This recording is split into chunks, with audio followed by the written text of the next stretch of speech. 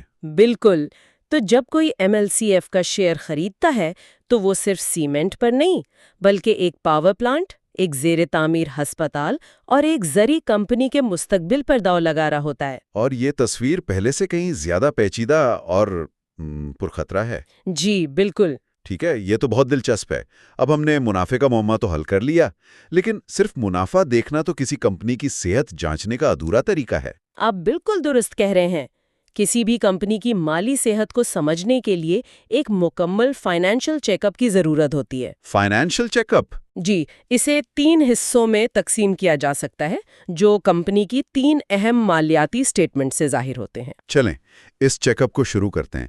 پہلا ٹیسٹ کیا ہے؟ پہلا ٹیسٹ ہے statement of profit and loss, جسے ہم آمدنی کا گوشوارہ بھی کہہ سکتے ہیں۔ ٹھیک ہے۔ یہ چیک اپ کا وہ حصہ ہے جو بتاتا ہے کہ اس سال آپ کی تنخواہ کتنی تھی۔ اچھا۔ ہم نے دیکھا کہ میپل لیف سیمنٹ کی اپنی تنخواہ 17 ارب روپے تھی، لیکن جب پورے خاندان یعنی گروپ کے اخراجات شامل ہوئے تو گھر میں صرف 11.5 ارب روپے بچے۔ صحیح، تنخواہ تو اچھی ہے لیکن گھر کے خرچے زیادہ ہیں۔ اب دوسرا ٹیسٹ کیا ہے؟ دوسرا اور بہت اہم ٹیسٹ ہے اسٹیٹمنٹ آف فائنینشیل پوزیشن، جسے عام زبان میں بیلنس شیٹ کہتے ہیں۔ Balance sheet? جی، یہ آپ کی نیٹ ورتھ یا مالی حیثیت بتاتی ہے، یعنی آپ کے پاس اثاثے کتنے ہیں اور آپ پر قرض کتنا ہے۔ آپ کی تنخواہ بہت زیادہ ہو سکتی ہے، لیکن اگر آپ قرض میں ڈوبے ہوئے ہیں تو آپ مالی طور پر مضبوط نہیں ہیں۔ اچھا، اور میپل لیف کی بیلنس شیٹ اب کیسی دکھتی ہوگی؟ مطلب اس کے اثاثوں میں اب صرف سیمنٹ پلانٹ اور مشینیں تو نہیں ہوں گی؟ بالکل نہیں۔ اس کی بیلنس شیٹ میں اب ایگریٹیک میں 33.66% کی سرمایہ کاری ایک بڑا اثاثہ ہے۔ اچھا۔ اسی طرح نووا کیئر ہاسپٹل کا منصوبہ جو ابھی زیر تعمیر ہے وہ بھی بیلنس شیٹ پر ایک بہت بڑا اثاثہ ہے، لیکن یہ وہ اثاثے ہیں جو مستقبل میں کما کر دیں گے۔ فی الحال تو ان پر پیسہ لگ رہا ہے۔ جی فی الحال تو لگ رہا ہے۔ تو یہ تو ایسا ہی ہے جیسے کسی نے اپنی ساری بچت لگا کر اور قرض لے کر ایک بہت بڑا محل بنانا شروع کر دیا ہو۔ جی کاغذ پر تو وہ کروڑوں کی جائیداد کا مالک ہے، لیکن ہر مہینے اس کی جیب سے پیسہ جا رہا ہے۔ اصل خطرہ تو یہ ہے کہ اگر وہ مستقبل میں اس محل سے کما نہ سکا تو کیا ہوگا؟ آپ نے خطرے کو بالکل صحیح طریقے سے بیان کیا ہے۔ یہی وہ بڑا جوا ہے جو میپل لیف کھیل رہا ہے۔ اور یہ ہمیں تیسرے ٹیسٹ کی طرف لاتا ہے۔ جی، تیسرے اور شاید سب سے اہم مالیاتی ٹیسٹ کی طرف۔ اور وہ کیا ہے؟ وہ ہے statement of cash flows. Cash flow? یوں سمجھیں کہ یہ آپ کے بینک اکاؤنٹ کی اسٹیٹمنٹ کی طرح ہے۔ یہ سب سے سچی تصویر دکھاتی ہے کیونکہ یہ بتاتی ہے کہ اصل کیش کہاں سے آ رہا ہے اور کہاں جا رہا ہے۔ اچھا، منافع تو کاغذ پر بھی دکھایا جا سکتا ہے، لیکن کیش جھوٹ نہیں بولتا۔ بالکل، کیش جھوٹ نہیں بولتا۔ تو اس سے ہمیں میپل لیف کی حکمت عملی کے بارے میں کیا پتا چلتا ہے؟ اس سے ہمیں سب کچھ صاف نظر آ جاتا ہے۔ میپل لیف کی کیش فلو سٹیٹمنٹ ہمیں بتائے گی کہ کیش کا ایک بہت بڑا پائپ لائن اس کے بنیادی آپریشنز یعنی سیمنٹ کی فروخت سے آ رہا ہے۔ یہ اس کا آپریٹنگ کیش فلو ہوا۔ جی، اور پھر یہ دکھائے گی کہ یہ سارا کیش کہاں جا رہا ہے۔ کہاں جا رہا ہے؟ یہ پیسہ دو بڑی بالٹیوں میں ڈالا جا رہا ہے، ایک ایگری ٹیک میں مزید سرمایہ کاری اور دوسری نووا کیئر ہاسپٹل کی تعمیر۔ یہ اس کی انویسٹنگ ایکٹیویٹیز ہیں۔ واہ، تو یہ اعداد و شمار میں لکھی ہوئی کمپنی کی پوری کاروباری حکمت عملی ہے۔ جی بالکل۔ مطلب یہ کہ کمپنی اپنے پرانے اور قابل بھروسہ کاروبار سے پیسہ کما کر اسے نئے اور خطرناک منصوبوں میں لگا رہی ہے تاکہ مستقبل کی ترقی کی بنیاد رکھی جا سکے۔ یہ ایک بہت جرأت مندانہ قدم ہے، جرأت مندانہ بھی اور خطرناک بھی۔ وہ کیسے؟ اگر یہ نئے منصوبے کامیاب ہو گئے تو میپل لیف ایک بہت بڑا اور متنوع گروپ بن جائے گا، لیکن اگر یہ ناکام ہو گئے تو سرمایہ کار یہ سوال پوچھیں گے کہ ایک کامیاب سیمنٹ کمپنی نے اپنا پیسہ غیر متعلقہ پروجیکٹس میں کیوں ضائع کیا؟ تو آج کی اس گہری گفتگو کا خلاصہ کرتے ہیں۔ ہم نے ایک چونکا دینے والے عدد سے بات شروع کی تھی، 66% منافع میں اضافہ، لیکن ہم نے دیکھا کہ اصل کہانی ان اعداد و شمار سے کہیں زیادہ گہری ہے۔